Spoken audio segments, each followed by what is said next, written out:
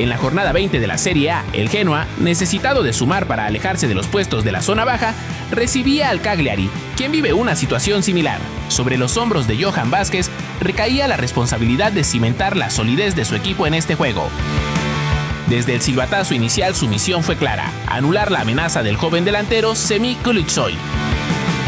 El Genoa supo revertir este comienzo titubeante, pues al minuto 6 un pase a profundidad dejaba solo a Lorenzo Colombo para anotar el primer gol en este encuentro. El Genoa, con el apoyo de su gente, tomó las riendas del juego y Vázquez, lejos de limitarse a esperar en la retaguardia, subía a la media cancha. Sin embargo, al momento de disputar la pelota tuvo un accidente, llevándose un golpe duro con la cabeza. Para su suerte, los médicos no tuvieron que intervenir y se recuperaría solo. Pero no sería la única jugada que dejaría tendido a Vázquez, pues más adelante recibía una patada. Esta vez, el oriundo de Sonora pedía que amonestaran al rival por las agresiones contra él.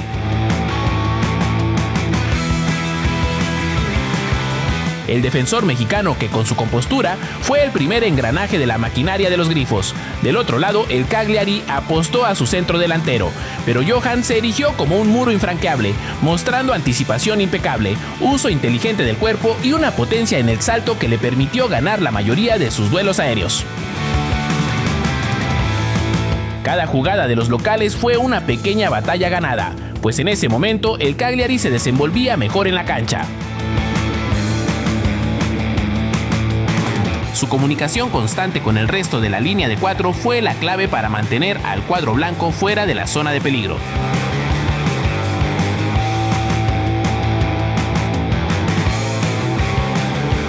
Johan daba ejemplo como capitán al minuto 35, peleando con todo la pelota y arriesgando el físico al tirarse con la cabeza para impedir el paso del adversario.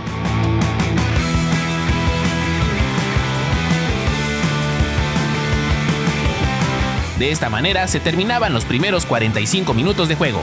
El segundo tiempo fue un ejercicio de concentración y veteranía. En esta parte, el mexicano no solo defendía, leía el juego y sabía que era turno de empujar a su equipo, pues el gol de diferencia no era suficiente para mantener la ventaja. El Genoa se había asentado mejor en la cancha, y a diferencia que en el primer tiempo fueron dominados por el conjunto visitante, esta vez los grifos parecían tener el control de lo que pasaba en el rectángulo. Aunque el Cagliari no se dormiría, pues a pesar de perder fuerza, aún así tenían sus ocasiones para acercarse a la portería contraria. Por su parte, la capacidad de anticipación y la velocidad de reacción del capitán del Genoa cortaron de raíz los ataques, pero el partido entraba en una etapa de inestabilidad, pues los clubes no podían retener el balón por lapsos largos. Después el conjunto genovés se tranquilizaba y le ponía cabeza al juego. Comenzaba a mover la bola con mejor intención. El mexicano fue imbatible en los duelos, cortando con autoridad el suministro principal del ataque visitante. A su lado, el noruego Leo y el italiano Alessandro estuvieron sólidos, tapando espacios y realizando intervenciones. En un intento más del Cagliari, un tiro provocó el lance del portero, y para evitar una segunda jugada, el mexicano tuvo que estorbar, aunque en el proceso sería derribado por el delantero. Al minuto 77, Morten Frendrup tomaba la pelota que había quedado a la deriva. Con toda confianza lanzaba un bombazo que dejó inmóvil al portero al ver cómo se metía a su portería. Y 3 minutos más tarde, desde una jugada aérea, el central Leo Østigård ganaba el remate para hacer el tercer gol que prácticamente sentenciaba el encuentro.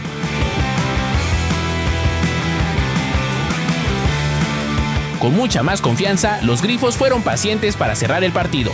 El Cagliari lanzó balones largos buscando a alguno de sus referentes, o intentando remates desde fuera del área, ya que no hallaban la forma de penetrar la misma, pues ahí encontraron una defensa genovesa con una concentración férrea.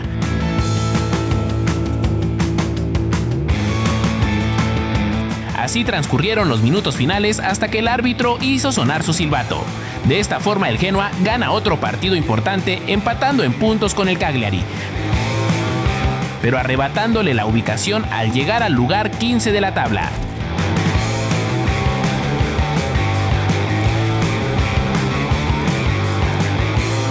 El Athletic, que fue masacrado por el Barcelona en las semifinales de la Supercopa de España, regresaba del desierto arábigo para medirse al Cultural Leonesa en la Copa del Rey, competencia donde Alex Padilla recibía la confianza de Ernesto Valverde. El primer aviso fue para el equipo de segunda división, que en estos escenarios quería sorprender al conjunto de jerarquía. El México Español despejaba de meta en un arranque donde les costaría encontrar buenas conexiones por tierra. El mismo Alex ponía el drama en su campo cuando su despeje muy bajo pegaba en un rival y por fortuna el balón le caía a su compañero. Eran participaciones de trámite las que realizaba el mexicano en este inicio atrabancado de los culturistas, que de momento eran los que mejor llevaban a cabo sus ideas en el terreno de juego. Los despejes largos de Alex serían una de las maneras en las que sus compañeros superaban la presión de los locales, buscando inmediatamente a los hermanos Williams en la zona final, a quienes de momento no les regalaban espacios. El equipo de la ciudad de León afinaba su puntería y con una diagonal retrasada aparecía Iván Calero para esconderle el balón a Alex en la esquina, justo en el poste que protegía. El Athletic tenía que responder y solo conseguía plantarse en campo rival a base de pelotazos, algo que en la previa parecía inimaginable respecto a la diferencia de divisiones entre ambos conjuntos. Ya fuera a través de esos mismos pelotazos o por otras zonas del campo, la consigna era simple: encontrar a sus jugadores diferenciales en el último tercio, y así Gorka Guruceta aprovechaba un malentendido entre defensores y agarraba sabroso la pelota para vencer al guardameta. Pero la respuesta del Cultural era implacable. Habilitaban por una banda a Manu Justo, que le ganaba la espalda a la zaga para poner el buscapiernas que cerraba Calero. Sin nada que hacer para Alex. Una vez más, los Leones de Bilbao iban a organizarse desde atrás, encontrando caminos para superar a un sorprendente conjunto local, que de la mano de su gente quería dar la sorpresa grande. Una vez más, Guruceta no se la iba a pensar dos veces cuando se encontró con el balón en el área, colocando la pelota en la esquina como auténtico killer. El partido era de locos, porque una mano de Vivian le abría la posibilidad a los locales de volver a ponerse arriba. Alex trataba de alargar el cobro lo más que podía, pero Rubén Sobrino no se complicó y cobró fuerte y al centro. A continuación, Alex pegaba el grito para salir por una pelota en los límites del área, y del otro lado, Nico Williams estrellaba su cabezazo en el poste izquierdo y después le cometían un claro penal por detrás.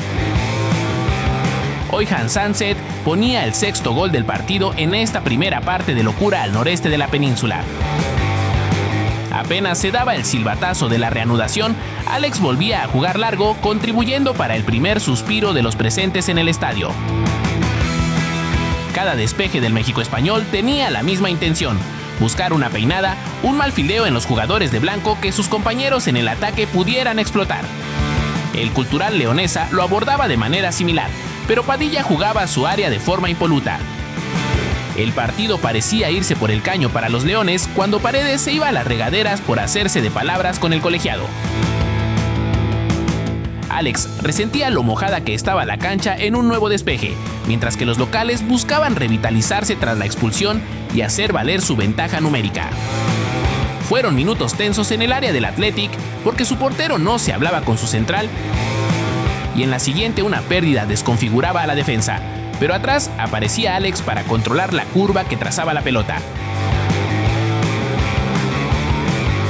A base de solidez defensiva fue como los Leones consiguieron neutralizar la dinámica que quería imprimirle al partido la Cultu, y si antes abusaban del balón largo, tras la expulsión, esta se volvió la única manera en la que se atreverían a atacar.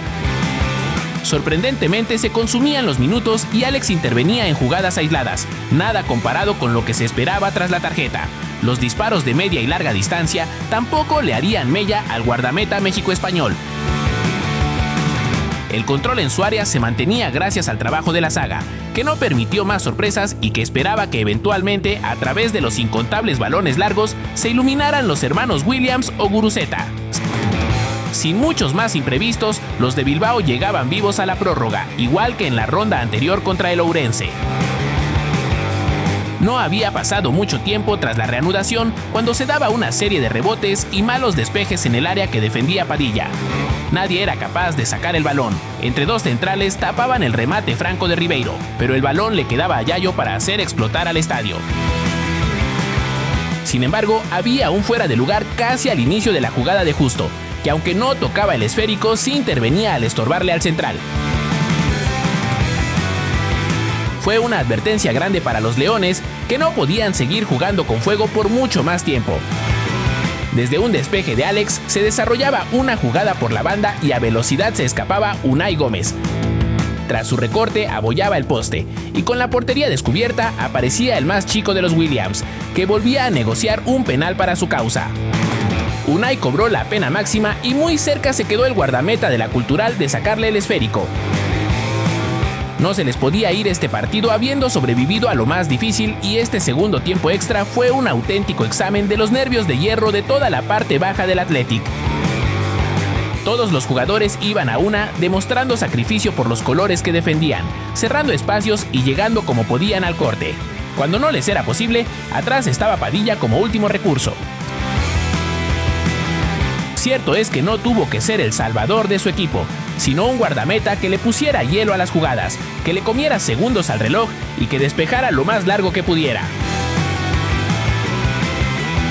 Con mucho sufrimiento, los de Bilbao superaron una prueba muy complicada en campo hostil y avanzarán a los cuartos de final de la Copa. Y Alex asegura otra participación con el equipo la primera semana de febrero.